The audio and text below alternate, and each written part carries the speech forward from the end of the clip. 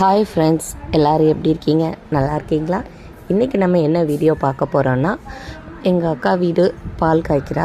புதுசாக கிராமத்தில் அவள் வீடு கட்டியிருக்கா. அந்த வீடு பால் காய்க்கிறோம்.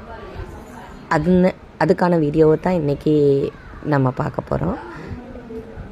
பூ கட்டி நல்லா கால் மாலை நிலைக்கு போடுறதுக்கெல்லாம் இப்போ நாங்களே வீட்டில் கட்ட ஆரம்பிச்சிட்டோம்.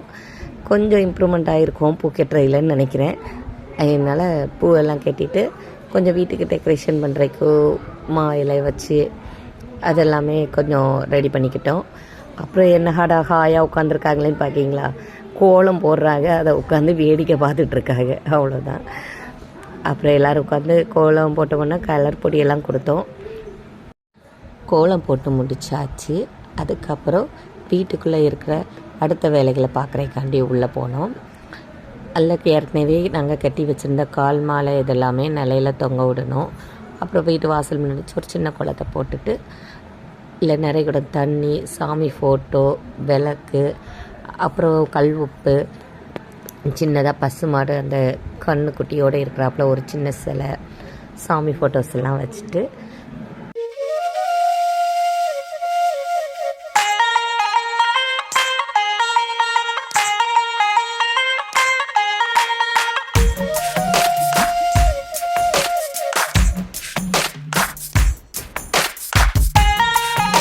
அஞ்சு சில்வர் சமணம் எடுத்துக்கிட்டு அதில் புளி, கல் உப்பு, சீனி, கம்மம்புல், அப்புறம் துவரம்பருப்பு, அது மேலே வெத்தலை, பாக்கு, ஒரு துண்டு பூ அப்படின்னு அதிலெல்லாம் வச்சுக்கணும். அப்புறம் வீட்டு நிலையில் மா இலை தோரணம் கட்டி தொங்க விட்டுருந்தோம்.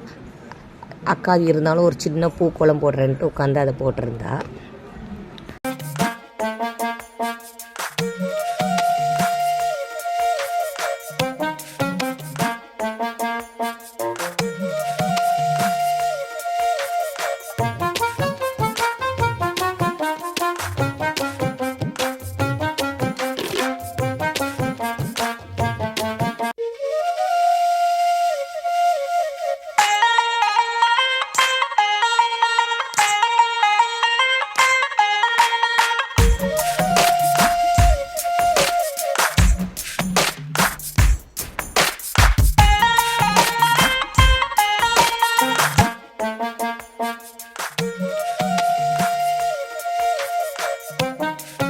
இந்த வீடியோ உங்களுக்கு பிடிச்சிருக்குன்னு நினைக்கிறேன் ஃப்ரெண்ட்ஸ்.